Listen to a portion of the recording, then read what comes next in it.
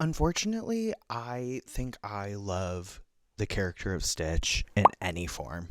Unfortunately, that character makes me smile so big, so stupid, and fills me with such joy no matter what the form is. I've seen the latest live action Disney remake, this time a remake of Lilo and Stitch. And you know what? I think in the grand scheme of the live action remakes, it sits firmly in the middle. It is not a complete and total train wreck. And, there are moments that are actually quite emotionally effective. It made me cry a lot, actually. It is messy, and you can absolutely tell that this was originally going to go directly to Disney Plus at some points in time.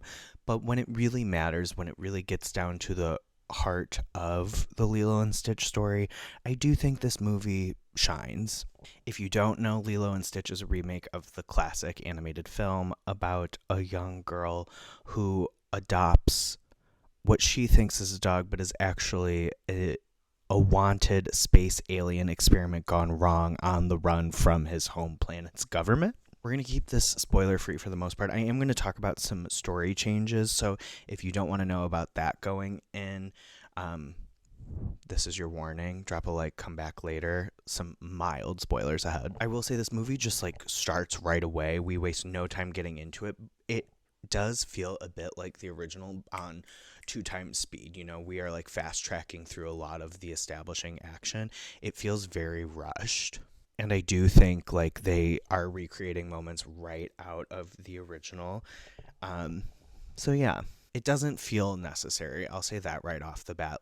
I don't know that it takes the time to really build out some things maybe we were lacking from the original animated, but what can you do? Besides the choppy pacing, there are also technical moments that are off. The ADR feels kind of off at some points. The alien reimaginings do look great in some instances. I kind of like what they did with Jumba and his design and how they brought that into the live action space. I love how Stitch looks, but sometimes the special effects are a little hit or miss. I also am just going to say, Gantu is so missed as a villain. His absence is absolutely felt. And they kind of pivot, the main villain role onto another character, and I don't think that works very well. I won't say what or, how they do it, but, I don't think it works very well. And it kind of takes away a big theme of the story.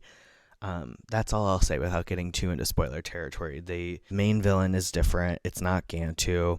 They repurpose an existing character, and it's a bummer. It's a bummer because Gantu is a fun villain.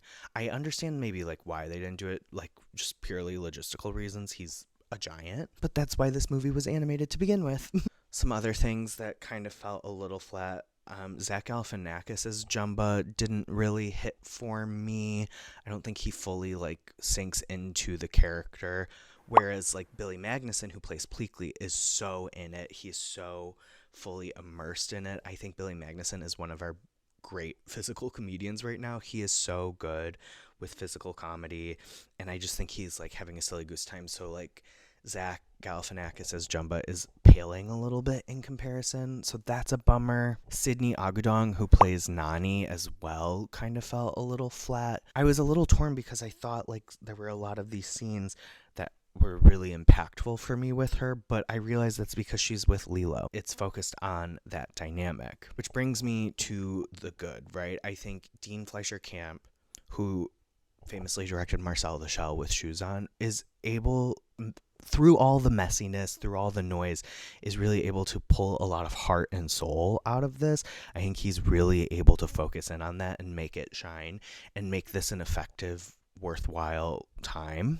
Those scenes with the sisters really ring true, and I think he's able to bring even more out between the two of them. Even the moments with Lilo and Stitch, Stitch isn't there, but it is very impactful and emotional, and it works. Speaking of Lilo, Little Miss Maya Keloha, she is a star. I do not know where they found this girl, but she is such a star. I think she lights up that screen. She has presence. You can't teach that to a child.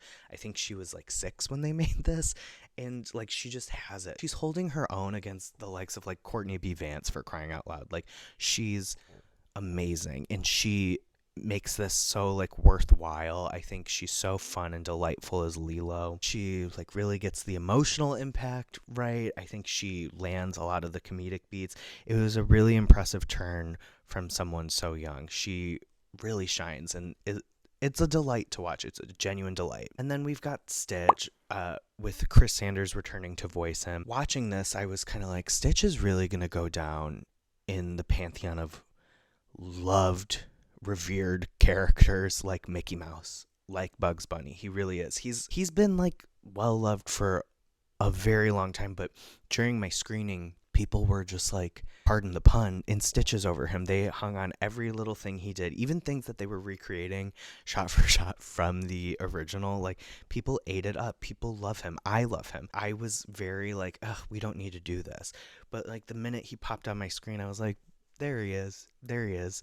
And he's just as effective as he was in the animated in this one. His comedy lands, the physical humor's great. It feels silly to say this, but there's like a great dynamic between him and Maya. It's crazy, actually, like how well it works and how well she does with this CGI creature. Yeah, it's fun. And like there are moments that really wrecked me. That moment on the beach, it's from the animated, so this isn't a spoiler, where he's like, this is my family, I found it all on my own, it's broken but it's still good, like still destroys me. It really wrecked me. And like I said earlier, Billy Magnuson, star. So yeah, I think this could have gone a lot worse. It could have been much better, but I enjoyed my time with it. I cried a lot. It like really hit me emotionally, like when it was supposed to. They make some changes that I don't quite vibe with, that I won't spoil, and they do make some interesting changes that I think bring out some new themes, especially like the idea of family in the year 2025. It's a bit of a mixed bag. There are some people in it who really shine, who really work. There's some changes that really work and are fun, and sometimes it drags a little. But, you know, this could have gone much, much worse, and I'll take it for a live-action Disney remake. I ended up sitting at a 3-star with LILO and Stitch, and I think that rating really speaks to the original story and the power of that original story. I don't revisit the animated often because it makes me very emotional. It really gets me. And while I don't think this one is like quite up there, it's still like effective. And I do think like it is respectful of the source material while trying some new things. So yeah, thank you so much for tuning in. Make sure you do all the things you're supposed to do with a YouTube video: like, comment, subscribe, share, follow me everywhere, and I will see you on the next one. Bye.